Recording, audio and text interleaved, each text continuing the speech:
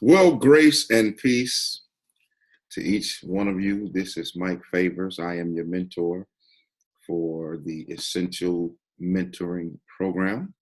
I'm glad that you're here. I am so excited because we're starting a new teaching on the 5 stratospheric laws of success.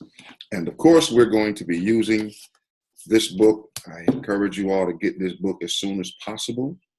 This book is called The Go Giver, okay? It is a story about an ambitious young man by the name of Joe who yearns for success. Now, Joe is a true go-getter, but it seems as if the more Joe tries and the more he goes, the more he puts his work, his time, his effort in, the more it seems as if he's getting further and further away from success.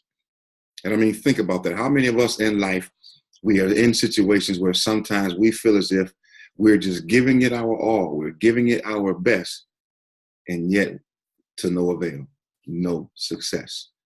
Well, I got a few principles that I'm going to share with you, so I want to get right to it. As always, you all, this video will be uploaded on the platform that you're watching probably now in the members only section of our course. So what I want you to do is please don't forget to study, because now we're entering into a place where it is now time to start talking about the business, about what area you're going to go into. So with that being said, let's get right to it. So, Stratospheric Success, the Go Giver. A little story about a powerful business idea written by Bob Berg and John David Mann. Now, I follow these two. I have other books and other resources that I read from them, and it's going to be good. Okay, so now there are a few key points that I want to pull out from the chapter. The first chapter isn't but about 6 or 7 pages. They're not too lengthy, but they are very potent with potential on tidbits and nuggets that you can learn. So what I'd like to do is pull a few of these out for you now, and then I'm going to give you a list of a few things that I want you to write and have, and some things for you to think about as it relates to your business. Now, chapter 1 says the go-getter. If there was anyone at the Clayson Hill Trust Corporation who was a go-getter, it was Joe. He worked hard, worked fast, and was headed for the top. At least that's what his plan was. Now listen, Joe was ambitious. He aimed for the stars. He always got his stuff going. At this particular point in the story, Joe finds himself after having 2 bad quarters in the 3rd quarter, and now it's crunch time. I'd like you just to repeat that right there to yourself. It's crunch time. Yes, wherever you are in life, I want you to understand that you are here for a reason, and it is crunch time. It is time for you to realize that you've been through the 1st quarter, the 2nd quarter, the 3rd quarter, and now in this 4th quarter, it is crunch time. It's do or die. It's now or never. That's the attitude that I want you to have. That's the first thing. If you're taking notes, I want you to write down that it is now or never. It has to happen now. The success, the business, the book, the ministry, whatever it is you're going to do. I'm going back to school. It's now. It's time to do it now. All right. So this is the place where Joe is. It's in crunch time because now he has to meet a deadline. And that deadline is a real life, real time, right now situation. Some of you all may have some of those situations in your life happening right now. But I want you to know that you can do it if you set your mind to it. Okay, now let's continue. So what happens is in the story, as the story progresses, Joe goes on to say, I need to get some help. There was a big contract that he wanted to land, and Joe was desperately trying to land this account. He missed the quota, and had opportunities that he missed in life because of it. The story then progresses to say that he needed to talk to someone because he wanted to land this large account that they called the Big Kahuna.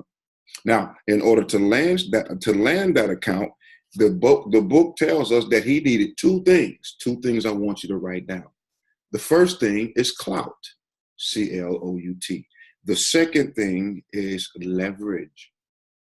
That's right, clout and leverage. Sometimes in life, when you want to get to a certain place and you need doors open, you have to understand if you want to do business in certain arenas, you have to have clout and leverage.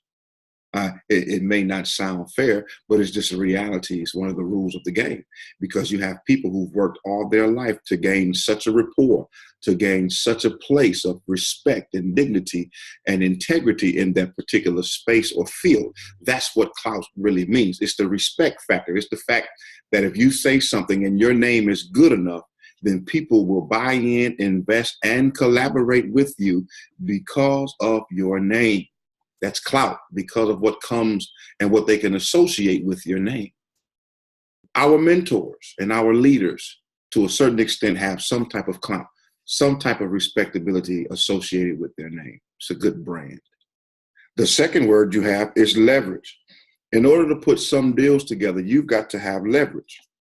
So you say, well, what exactly is leverage?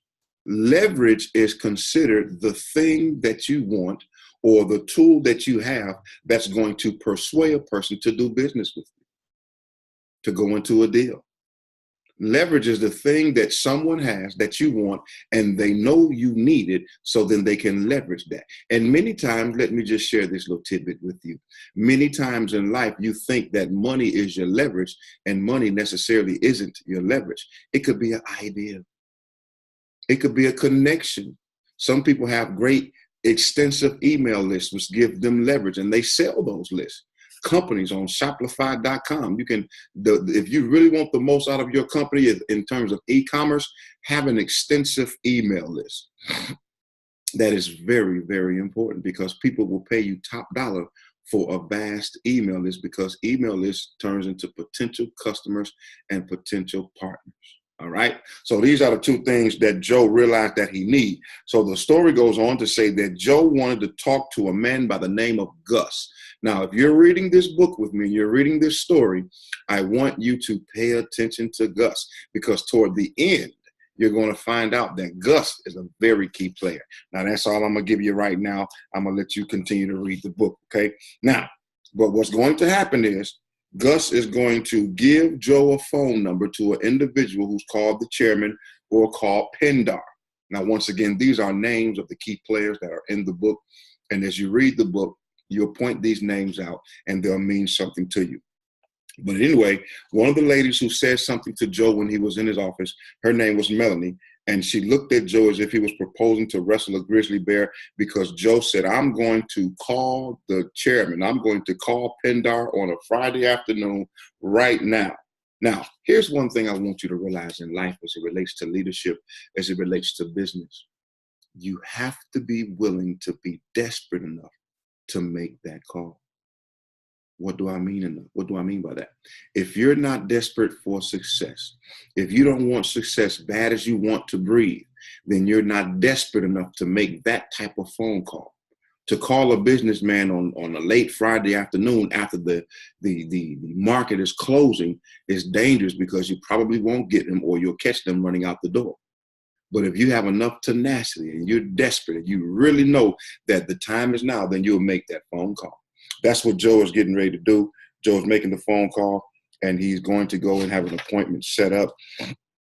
And that's the gist of chapter 1. Now, there's something very important toward the end of chapter 1 that I want to share with you.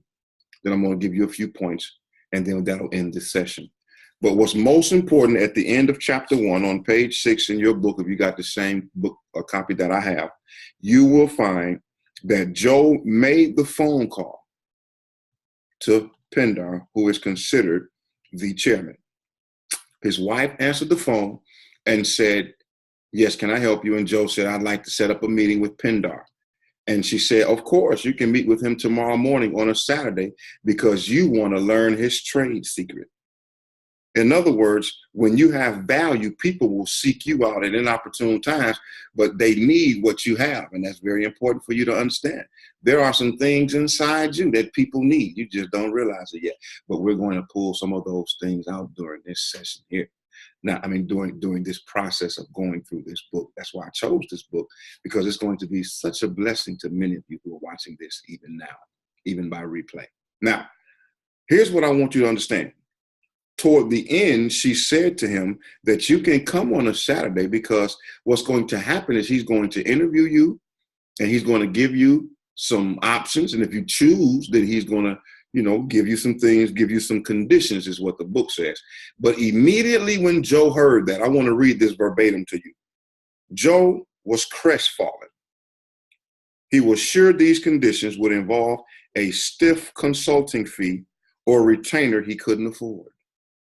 And even if he could, it might require the kind of high-level credentials Joe certainly didn't have. Was it even worth it to go on, he asked? Or should he cut his losses to find a graceful way to back out now? Of course, he replied. Oh, and what are his conditions again? She said to him, you'll have to hear that directly from the old man, she said with a giggle.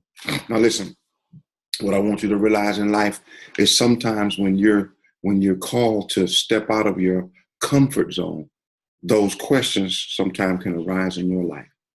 What am I doing? Should I even be doing this? Do I have enough to cover this? What's going on? Maybe I should just cancel the meeting and just not go.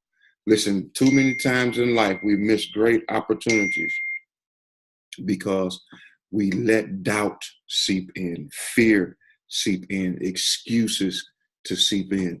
But I want you to do the very same thing as it relates, the very same thing for you and your business now of what Joe said. Joe said, of course, he replied. I need some of you all to reply, of course. Are you the one for the position? Of course. Is it your time to go forth? Of course. Are you going to be successful in this business venture? But of course. That's why we're here in this course, in this class right now. That's why you're in mentorship.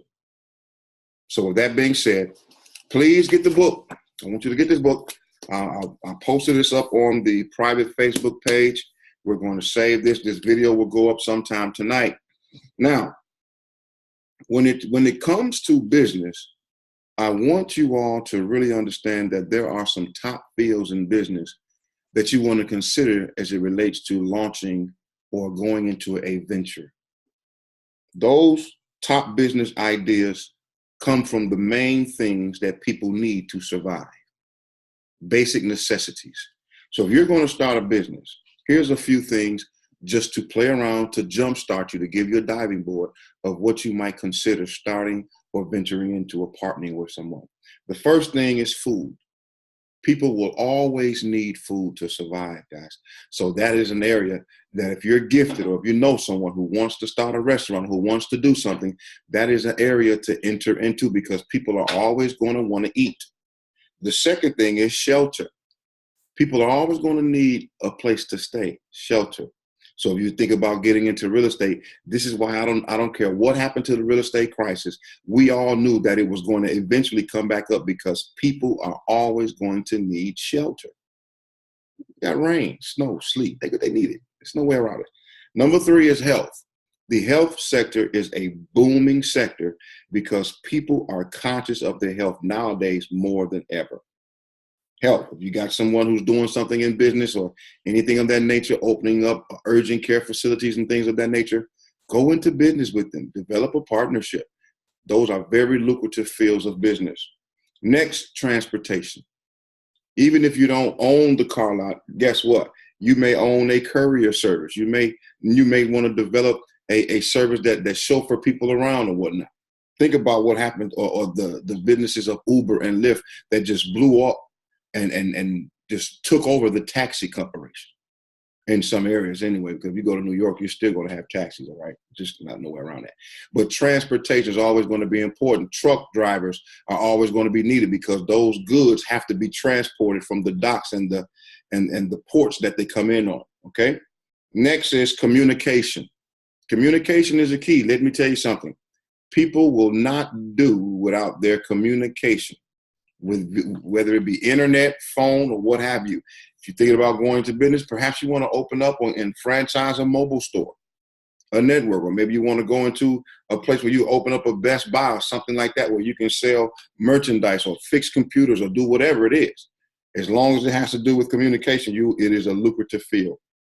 Next, entertainment. Now, I really shouldn't have to say anything about entertainment. If you're gifted to sing or you want to go on The Voice or whatever, we'll support you. We'll vote for you. But listen, in entertainment, though, you could become a booking agent. You know, you could be the one who put together the soirees for people. That, once again, people will love to be entertained. So that is a very lucrative field as well. And last but not least, education. People are very concerned with educating themselves because everyone wants to be in the know. Trust me when I tell you, the difference between poor people and wealthy people is knowledge, which is education. All right. So listen, guys, I wanted to give you these few that I have. You may have some more that you come up with, but what I'm more interested in you doing now with this piece homework is that I want you to look through this list or develop your own list and find yourself in this list. See where you can find yourself, where something fits your lifestyle, fits you, so that you can begin to become an entrepreneur and start that business. I want to walk with you. I want to help you become essential to your community, to your organization, to your family, to your business. You have to be essential, which means without you, it can't run properly. All right. So listen, that concludes this session. Not too long, straight to the point. These sessions are going to be power packed, but they're going to be straight to the point now because I'm more interested in us doing the work. Okay. So with that being said, thank you all for watching the video. I hope there was something said that added value to your life that you can take away from it. And I look forward to seeing you all on the next session in the next video. Grace and peace. And remember, you are essential.